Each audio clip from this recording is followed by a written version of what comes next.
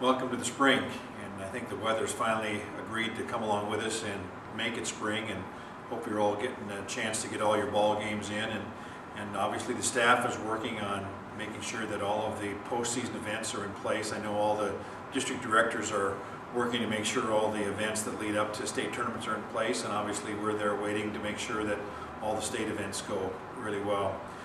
And you know, a couple days ago we went online with the voting process for Rep Assembly. So the 53 members, the 18 middle school, 35 high school members are voting on amendments that are out there, and it'll take 60% of those voting in positive form for an amendment to pass. The voting closes on the 19th, so make sure if you're one of those 53 to vote your wishes, and we'll get that taken care of.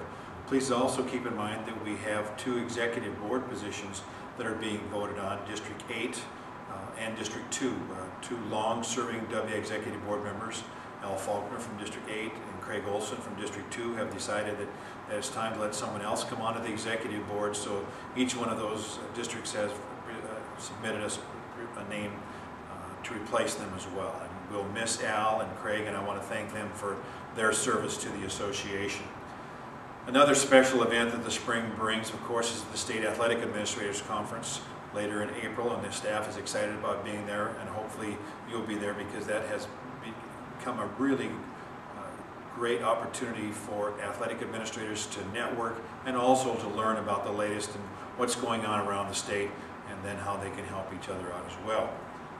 Another important date is May the 8th, and that's when we'll induct our next class of the Hall of Fame.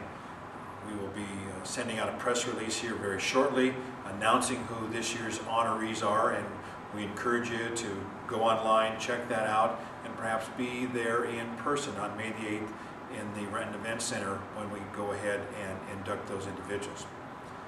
You know, it's really easy to get so darn bogged up at this time of year with dealing with scheduling games and reschedulings and rainouts and all that.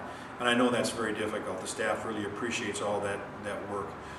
As a staff, we're busy starting to get ready for 2013 and 14. We're already looking at how we can make the penalty process that we implemented this year go better next year, how we can make sure that our ejection process, which was changed this year, can go better as well. And Brian Smith has done a great job with both of those to get those online as well. John Miller is working with a group of football coaches and football-minded individuals to make sure that we are doing what needs to be done to make sure that football becomes an even safer sport. And we're getting some support from the professional and collegiate ranks in developing some kind of a way of looking at how we make the game safer. John's also working with a group of people who are coming together as a parent advisory committee, so that we can make sure that we're doing what we can do to educate parents about their role and what they can do to support their student participant. Cindy's working obviously on making sure our spring events are in place, and then also working on regional basketball sites. We know we've got some issues with how the regionals have been set up, some of the travel distances and some of the sites, and we're working to make that a better situation as well. I really appreciate everything that you do. We are really working hard to make sure that we're completing your wishes and making sure that you understand that the association is your association, and we're there working together to make it happen. Please let us know if there's anything we can do to make it a better situation for you, and you take care of yourself.